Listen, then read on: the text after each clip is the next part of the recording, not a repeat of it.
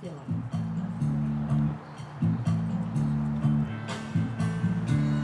I can see clearly now the rain is gone. I can see all obstacles in my way. Gone are the dark clouds that had me blind. It's gonna be a bright, bright, sunshiny day. It's gonna be a bright, bright, sunshiny day. I think I can make it now, the pain is gone. All of the bad feelings have disappeared. Here is the rainbow I've been praying for. It's gonna be a bright, bright, sunshiny day. Look all around, there's nothing but blue skies. Look straight ahead, there's nothing but blue skies.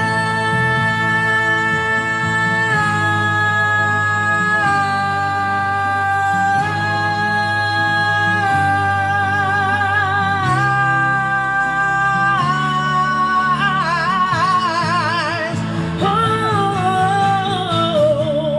I can see clearly now, the rain is gone.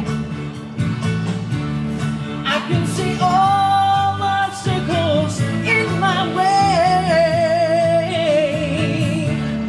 Gone are the dark clouds that had me blind. It's gonna be a bright, bright, sunshiny day. It's gonna be a bright, bright, sunshiny day. Oh, it's gonna be a bright, bright, sunshiny day. Oh, it's gonna be a bright, bright, sunshiny day. It's gonna be a bright, bright, sunshiny day.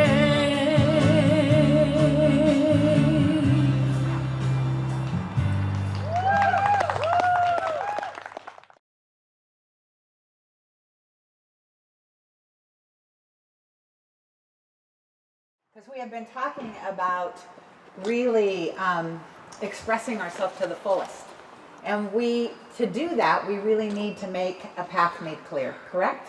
We really need to decide there's something in our life we really want to shift, or there's something in our life we really want to express, or we want to be what God has called us here to be. And so to do that, we need to know that the path is there, and then we need to make that path clear. Because I had posted on Facebook, and I don't know, I can't remember whose quote it is, and the quote is, if the path is clear before you already, more than likely it's somebody else's path. Because it's not necessarily easy, nor should it be, for us to live into our absolute vision of who we are and why we're here. So I'm going to talk to you about how do you clear that path. And fortunately, when I took Financial Freedom with Cynthia Zink was the facilitator, it reopened me up to really tapping into that place within me that loves to shift and to grow. And because of that, then I went on this little path, and I found Bob Proctor, who talked about the science of getting rich, and also about Think and Grow Rich. And even though your path may not have anything to do with financial freedom, I want to talk to you about Think and Grow Rich, Napoleon Hill, and what he talked about, the 5 steps you have to really create your path, and then to clear out that path for yourself and really call forth that vision in your life. And I'm going to use a couple of examples of people I know. I'm not going to use their name because I didn't have an opportunity to ask them if I could, but for each step I'm going to kind of use what their process may be. And if it's not, it may be what their process, what they want to do. And so one of the things is you really have to go within and listen, right? You have to spend time in silence. You have to spend time with that still small voice from within. And some people say 5 minutes. There are other people that will tell you 10. I'm sure there's yogis out there that will tell you hours. You just need to stop and listen, because we get so busy in our life. We are plowing ahead at every single moment. And when we plow ahead, we forget to stop and just listen. And you can do that at any time during the day. You can stop at a stoplight and just listen. You have to turn your radio off, and you have to quit yelling at the people in front of you or on the sidewalk. I know I'm talking about myself here again, but you have to make it quiet to listen. I have a friend that never listens to the radio in the car. I don't know how she travels anywhere. She turns everything off. She surrounds herself with all of her angels, and then she drives in silence, because it's her time that she can really be with that divine presence. And so that's an opportunity for you to do that. You have to listen. And so what do you do once you start to listen? You have to make clear to the divine what it is you really want, right? Because if you don't, there's that expression that you are either happening to the world or the world is happening to you. So if you're not clear with the divine, you're waiting for the universe to happen to you. And so to be clear, I have a friend who is shifting how she wants to live in life. And so she has this idea for property that she wants to purchase. And so she's got an idea in her mind, and she's clear about it. And so you need to be clear. I have another friend who's thinking that maybe they would like a relationship in their life. And so that friend has to be clear. Like you can't, I think I want a relationship. That's kind of confusing to a universe that is always saying yes, right? You can't say, maybe I want a relationship. You need to be definite. I want a relationship in my life. And then once you say, I want this property, or I want this relationship, or I want this financial good in my life, then remember, we're in a reciprocal universe, right? And so God isn't going to bring you something just because you say, this is what I want. What is it that you're willing to give? Now, with my friend that wants the property, she has amazing plans of what she wants to do with this property and how she wants to create a place of tiny homes for people that she knows that could be looking for a community to live in. She would like to maybe subdivide it and have a church buy a piece of the property and then pay her for that. She's got these wonderful ideas on what she wants to do with this property. So she's got an idea of what she wants to give back. In a relationship, when you're saying, I want a relationship and I want somebody that's loving, reciprocal says you got to be loving. Because here's the deal, you can get a relationship, and if you're not a loving person, you probably are not going to attract a loving person into your life. If you're not monogamous, you're probably not going to attract a monogamous person into your life. If you want somebody, I don't know what that was. If you want somebody that is financially stable, you probably want to be financially stable in your life. That is how the universe is going to respond. And so what is it that you are willing to give back? And then Napoleon Hill says, you need to assign a date to this. You can't be mamby-pamby about it. You can't say, well, I want to buy this piece of property and I want to do all this, and, whenever it happens, I'll be good. I want a relationship in my life, and I've got this dream of how I want that to look and what I want it to look like, but when it shows up, I'll be good. I'll be ready. Napoleon Hill says, you got to put a date on there. I want this by 2025. And this is what I want it to look like by 2025. This is how things are going to fall in place so this can happen to me by 2025. And when that happens, then you're ready. And I always say when I put on a date that this or something better, right? This or something better. So I'm not limiting the universe by saying it has to be 2025. Please don't let it show up before then, because I won't be ready. 2025 or this or something better. Whatever that looks like. But to be definite about what you want. To be definite about what it looks like, what it feels like, what it tastes like, what it smells like. Give it as much detail as you can without being so definitive that you're absolutely fixated on one woman and she's not available, and now you're never going to have anything in your life because you think that's the only woman that can show up for you. So you have all or man, or so you don't want to be, it has to be Paul Dillon or I'll never be happy. Well, for me it does now, but I'm just saying. He's taken. So if you're thinking Paul Dillon's going to be the guy of your life, probably not. So you don't want to fixate on Paul. But you might want all of Paul's qualities, right? In your life as a partner. And so that's what you start to list. What are the qualities of Paul? You may find a piece of property and walk on it and go, okay, this is it. Describe the property to the universe, what it feels like to walk on the property, what it looks like, what the foliage is like. Is it full of great big evergreens? Or is it already cleared out and just ready to move on? And then it doesn't have to be the property that necessarily you walked on. It could be something that's even more better still, but very much like, because I walked this property with this person. And there are things about the property is perfect. It's also, it has had some visitors that don't have homes and they've made their homes there, so it's full of all kinds of garbage. And when you go to visualize, you have to look past that, right? Have you ever looked at something and all you can see is what's right in front of you? And when you see what's right in front of you, you miss the beauty of what is. You have to look beyond what is. I remember sharing with everybody that I was walking on this property with that at the last place that I had church in Santa Fe, when we went to look at that building, it was crowded with stuff. It was like the whole community. It was a community of hoarders. Every closet was filled to overflowing.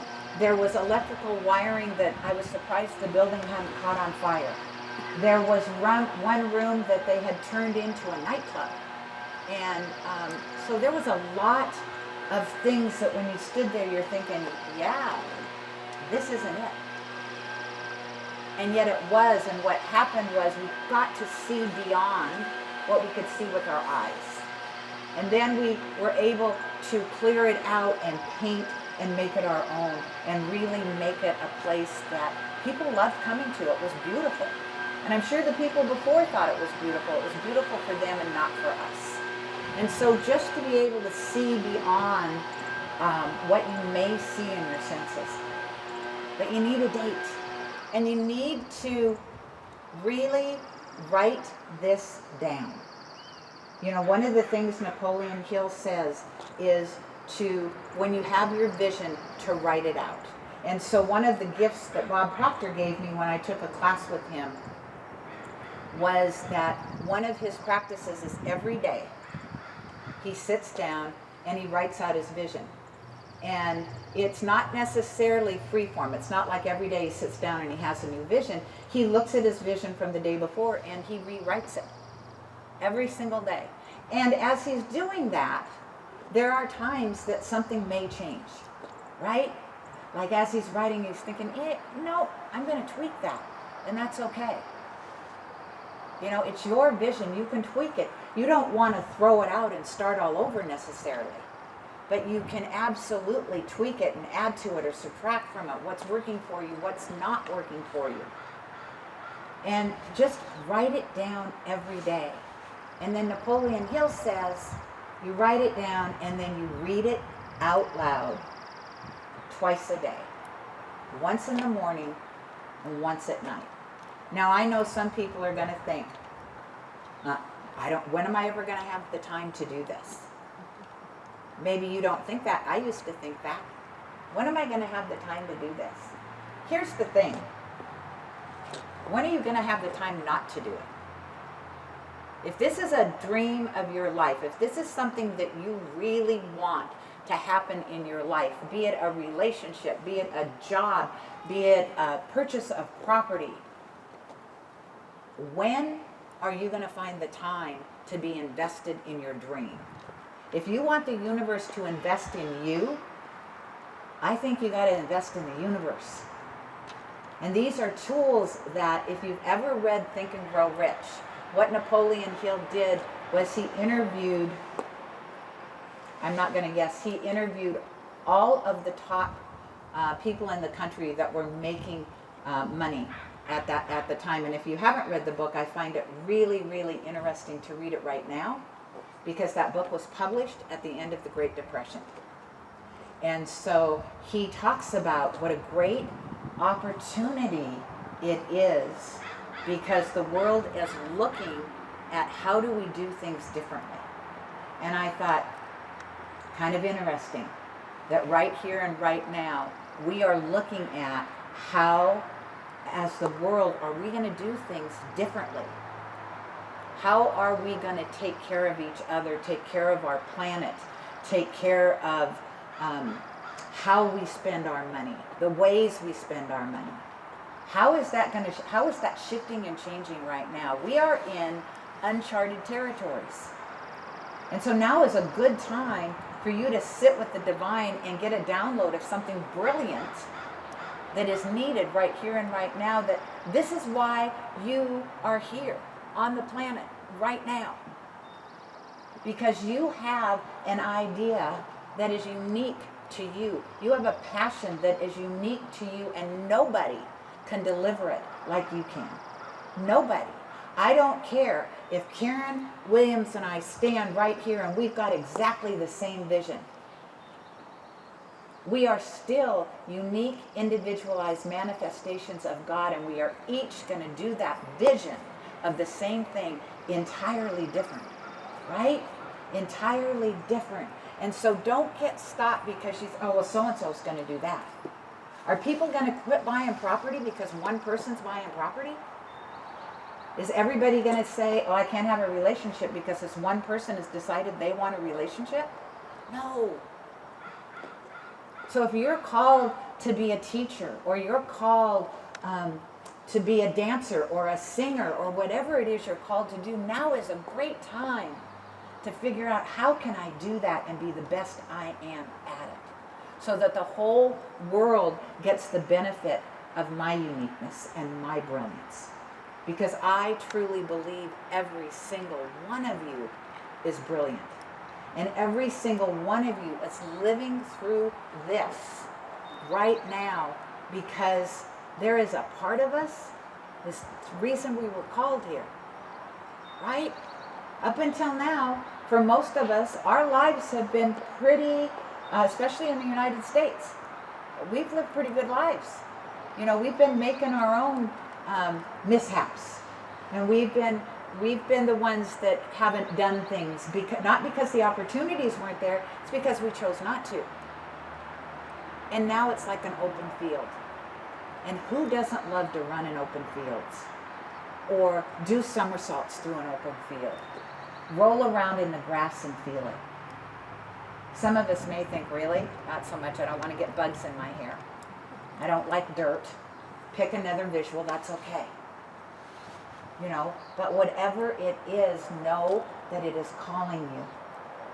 And now is the biggest time to really listen deep, deep within you to what that calling is. And so I invite you to just take a moment to think about that. Right here.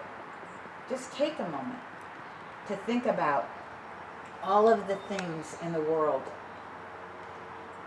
that you may be called to do. What is that unique thing that only you can do? Not that only you can do this, but only you can do in your way.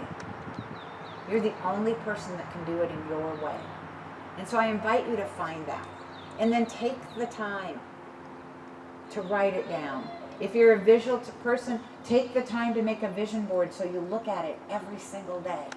But write it down. There is power in seeing. There is power in speaking. There is power in reading to yourself. But when you combine them together, you can move planets. And why wouldn't you take this time right here and right now, in this uncharted territory, to go, wow, now's my time. Now is my time. And so I invite you just to really embrace that and not play small anymore. Because I know with some of us, we think, well, you know, there's so-and-so that's doing it, and they're, you know, or there's this person or that person. Don't let that stop you. This person buying this property is absolutely synced in. There is no doubt in my life that she is going to not succeed at this. And the reason I know this is because she is jacked up about buying property. Absolutely. She knows she's going to sell property. She knows she's going to buy it. She knows she's going to build a garage on it and have her motorhome on it. She's going to have tiny homes on it. She's going to have a church on it. She's got this planned out in her head. And when you talk to her about it, she is lit up. She is absolutely lit up. Like a little kid that's like, oh my God, I get to ride on a roller coaster today. I can hardly wait. Now, the last step.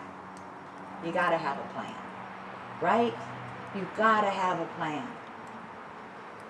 I'm going to take the property, for instance. She's got to know, is the property that she looked at, is it feasible to do everything that she wants to do?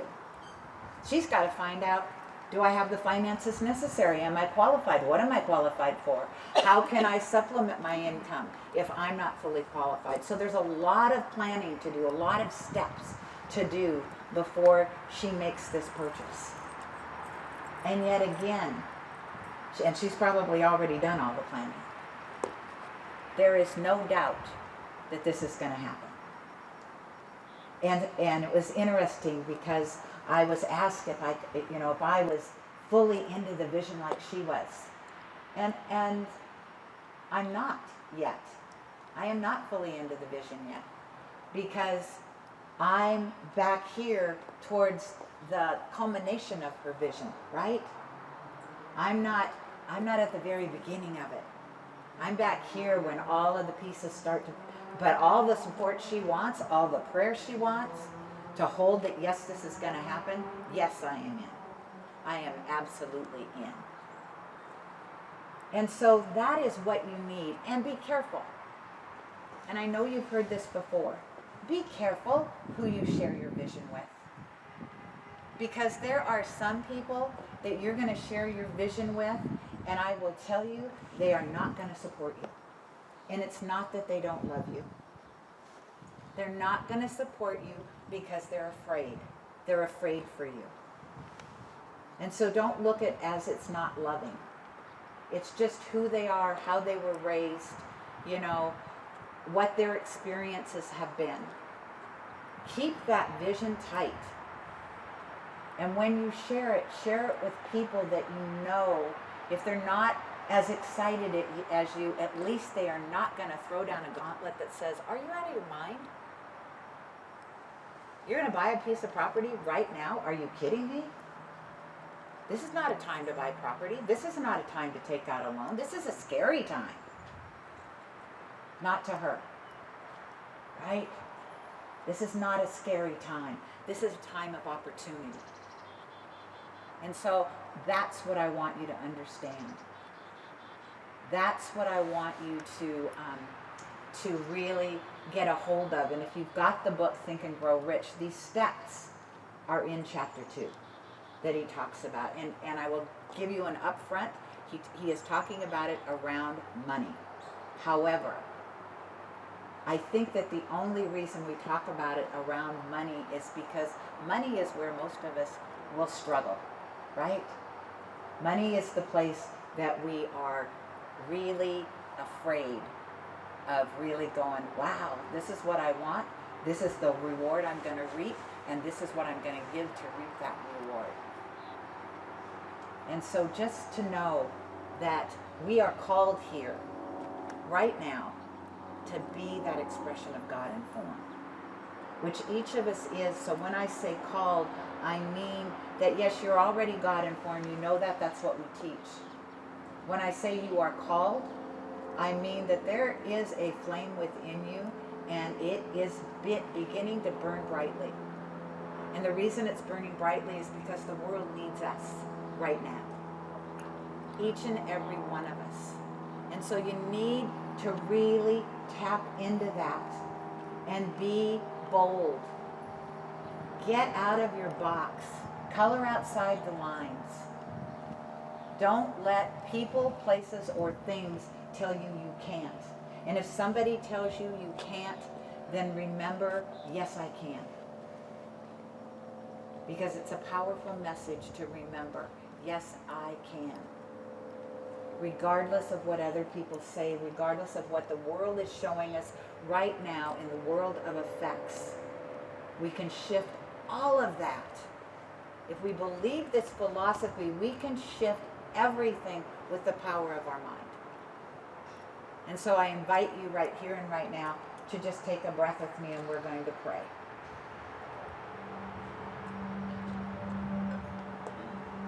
And so I want to start with that deep, deep thank you. That thank you, that knowing right here and right now, that one power, that one presence, that one life that is God is me. And it is all things everywhere. So it's everybody that is watching, whether they be on Facebook Live, or if they're sitting in their cars here in the parking lot, or if they happen to be sitting in apartments with their windows open. We're all connected. We are one big family. And so I know that because we are that we create everything that we see through the power of how we think and how we express. And so I invite us right here and right now to know the good that is God, that is each one of us. To know the love that is that divine presence within us. That unshakable force of good. That even when it looks out on something other than, it stands in the good that is God. For in the Science of Getting Rich, he talked about standing in the middle of dis-ease and knowing perfection. Standing in the middle of poverty and knowing riches for all.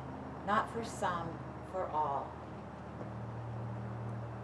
And so that is what I know for each one of us. We get our mind right with God. We quit focusing on that which doesn't serve us.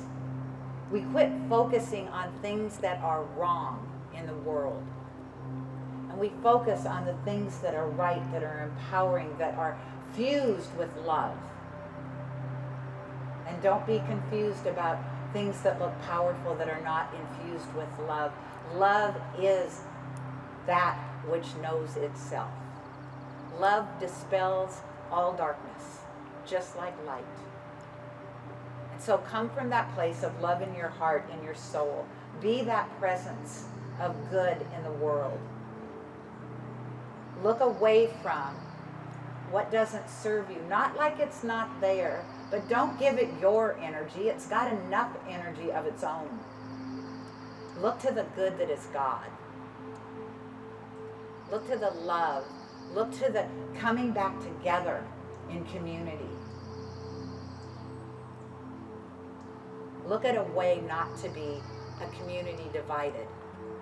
And think of that which is the one and cannot be divided against itself, or it would fall.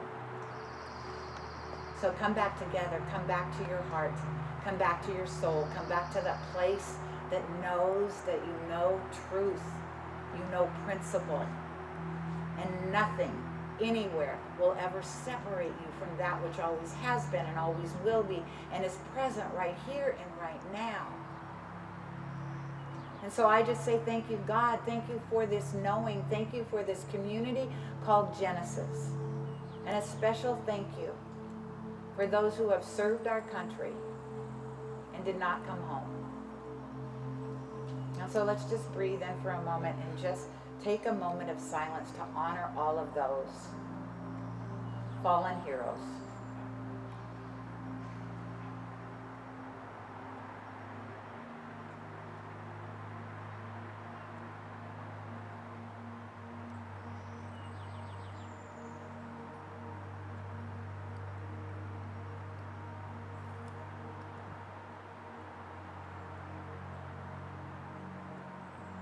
May we know peace, a peace that surpasses all understanding. May we know love, a love that is bigger and more powerful than any hate. May we know courage, courage that is bigger than any fear or any doubt. And may we be brave, because that is the calling of the divine. To be brave, to have courage, to love, and to be at peace in your soul with yourself and with all humanity. And so as I say thank you, God, I turn these words over. And I know as they are spoken, it is already received in that field of infinite possibilities that I choose to call and know as God. So I let go of my human attachment of what this might look like as it unfolds into an opportunity to be an effect in our lives. I call it good because I know it's God, and together we say, and so it is. Namaste. Thank you.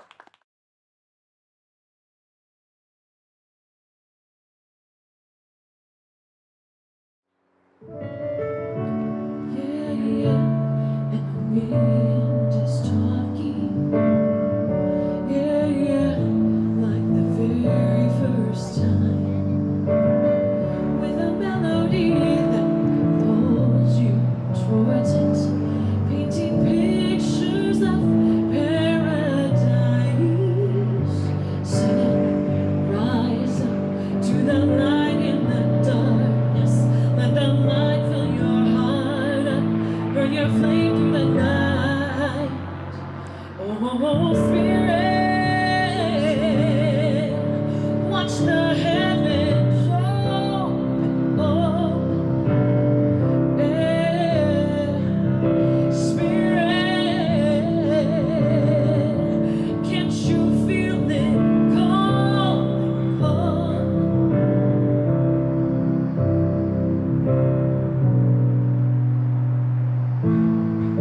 Yeah, yeah. And the water's crashing, trying to keep your head up high. When you travel